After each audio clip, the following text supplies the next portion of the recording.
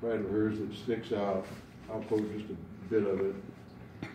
She wrote, "One Christmas, we were managing well enough, but there was no money for presents, and I figured it would be a bleak holiday. But a few days before Christmas, here came a friend with a huge box from the Lions Club, I believe it was.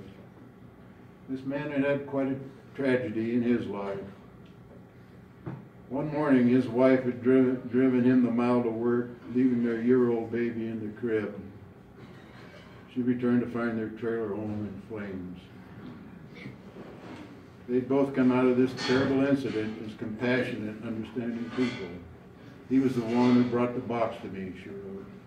"They held a turkey and all the fixings, along with children's jeans and wrapped toys. Well," she writes, "I had my pride and was a pretty independent person, and it really bothered me to think I was an object of charity. I said, 'We're doing okay, give it to someone who needs it.' I can still remember this fellow's face because it held so much kindness and character.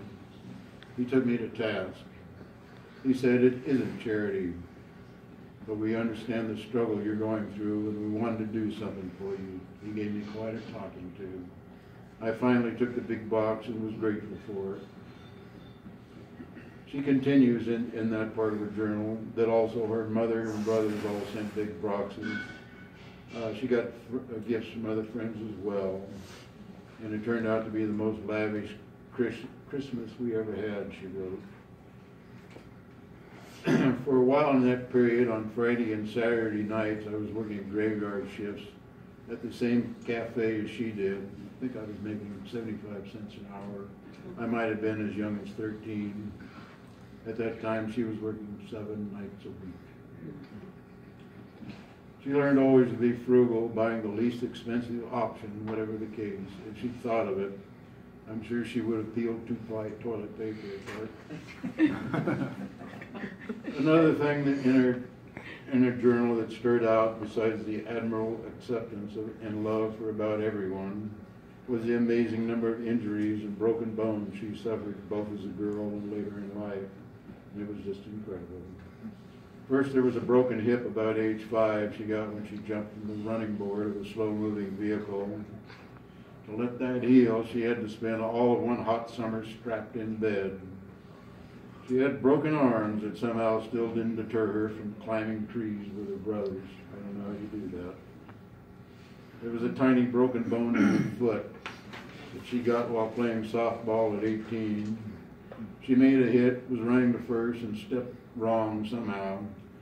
Worst part was, she wrote, was that she got tagged out. That injury was small, but it bothered her all her long life. She further tallied several broken toes. There were many other injuries, too numerous to mention. Curiously, in contrast, although I've personally been in a couple of bad accidents, I've never had a single broken bone. I guess she filled the quota for the entire family. Almost. She moved into the Clark Fork in the early 90s when she was in her early 70s. Lived here until 2 weeks of her passing. I do know she always felt secure and content here and felt she had a lot of friends, at least until she began to outlive most of them. So thank all you guys for being her friends and for attending her service today. It means the world to her family and to her, if she's watching now, as she probably is. Thank you guys for coming. Thank you, John, for those good memories that you shared with us. As he mentioned, things were quite different in that day when she was growing up. He'd also sent along thoughts, not only were outhouses kind of a common thing at that time, but your water pump was outside and you kept your food cold with ice boxes that were stocked with maybe 50 to 100 pound blocks of ice that would melt into a kind of a hidden pan underneath, and if you forgot to empty it, the puddle on the floor could remind you that it was time to address that. Also, telephone usage wasn't anything like it is today. In fact, It just so happens I have 2 of them in my pockets right now.